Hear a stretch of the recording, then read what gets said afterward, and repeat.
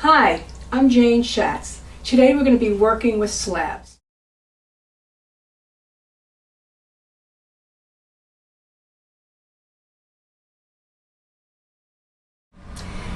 I'm going simpler and simpler and simpler. Now we're going to make a plate form that is made with just a little piece of masonite. I take a piece of masonite like this, cover it with the cloth, masking tape it the way I've shown you. And I'm going to be making these free-form little plates. This could be a dinnerware set if you want to. This could be the luncheon plate. You can make a larger form for a dinner plate. But I happen to like this size, again, for hors d'oeuvres or for luncheon plates. This is a stoneware with my ketchup red glaze. And this is a porcelain piece. This is one I made many years ago, 1991. That tells you how long ago I've been working with slabs. This was Narikomi, pieces of porcelain inlay into this clay, and it was a colored like a log that I had different colored porcelains, and I cut them up into little slices and I put them on my porcelain, put them over the slab machine, and I got this, and I put clear glaze over it. But again, still just using this as a mold. Now, when I said this is my most spontaneous, this is ridiculous. This I make and I can just do, you can do time after time. So, because this is all free form, I figure on a piece of clay how much border. Remember, don't go more than 1.5 on the piece. A small piece like this, I would go 1 inch to 1.5, and that's all. And I'm going to first, because I want this other piece, I'm going to do 2 pieces here. I'm going to mark off where I'm going to cut. So I'm going to leave myself this little piece to play with. I'm going to show you something else, a little money maker that we can do. Okay, so I've got this piece. Now, what you do here is going to be your piece, so play with it. If you want, you can go 1 inch beyond it and do it straight edge, or if you're like me, you'll play around with your edges.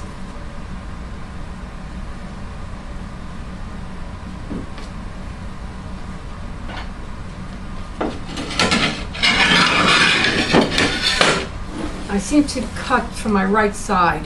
You'll find out which is the best way for your cutting also. That was a little bit too tight, so move it down a bit. All right, now look at it. I'm a little bit too wide here, so bring it down. And I'll bring this in a little bit. Play around with the shape how you like it. And that's just a little bit too extreme. Okay, this is where it gets to be fun. Now, you're on a board, a cloth-covered board. Lift up your clay and don't move the wood inside it. Lift it up with the piece of wood. Then lay it down. Now, press it all in, gently at first, then you can go back to it. Now I'm going in a little bit tighter. And here I do want to compress it tightly to the wood because I'm going to be flipping this wet. Just like this today. Now, move my hands along the edge to define it. And look at it. I still think this is a little bit wide here, so I'm going to trim it off here so that it's even.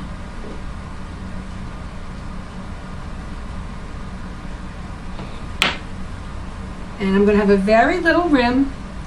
It's not going to be about rim, it's going to be about just the design. Alright, now clean the edge. You're not going to go back here for a while. And I would sign it now also. Basically, your piece is done. I'm going to lift it up carefully, gently, slowly, put it down and let it flap down. What I just did was create like this little vacuum, and it rolled. when I flipped it over, it rolled. And that's what these are. And then you can play with the form any way you want to. I want to show you about this little money maker. If you want to have a $15 item, I took a piece of masonite and I cut it to the size of a stick of butter. Now remember, this is going to be shrinking. So my clay shrinkage is 12%.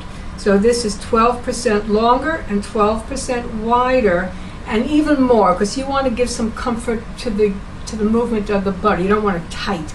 So I did it actually probably about 15%. But you can see, like you would do a 12% and get an exact piece of a stick of butter, and then say, oh, okay, if that's the stick of butter, then how much bigger do I want the part that's going to lay in? And you make your mold. Again, take a piece of masonite, cut it up, and 1, 2, 3, do your masking tape trick. And then I make my little butter dishes the same way I make those plates. And what I do with this is why this is great.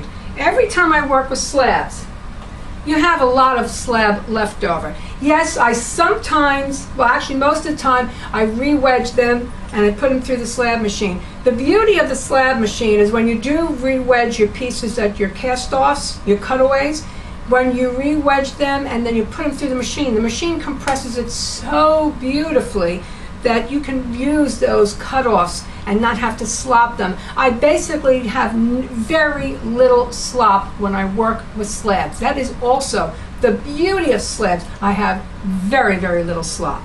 So with some of my cast-off pieces, I make butter dishes. Sometimes I give them away as gifts. Like if somebody buys, you know, $100 worth of pottery from me, I shove in a little butter dish. It's just nice to do, or I'll just have them for sale.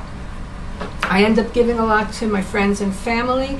They're just fun things to have. They don't have to be used as butter dishes. You can put earrings and let the earring trays, jewelry trays, or actually put them on the stove and put your spoons on them while you're waiting to be cooking. So I do the same thing as I did with the other little tray. I make a design.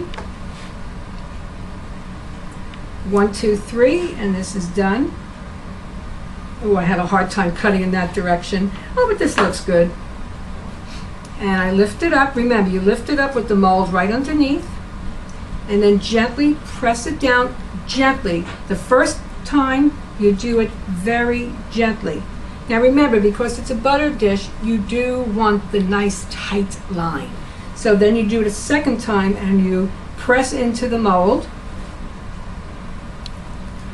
Now what you can do is give yourself a much bigger border, and then after you cut it, you may want to go very straight. You can do that too. It does not have to be altered like this. In fact, this one I'm going a little bit fast. I didn't lay it out actually very well. So I'm a little bit short on this end, but again, you are getting the idea. Okay, clean your edge before you flip. Remember, always clean your edge. I like to push in those sharp points. I don't like sharp points. They don't like glaze. So I push them in a little bit. Press down. You got a nice little butter dish coming. Lift it up. Flip it. And then gently push the edges down. And it rolls. It is so neat when it rolls.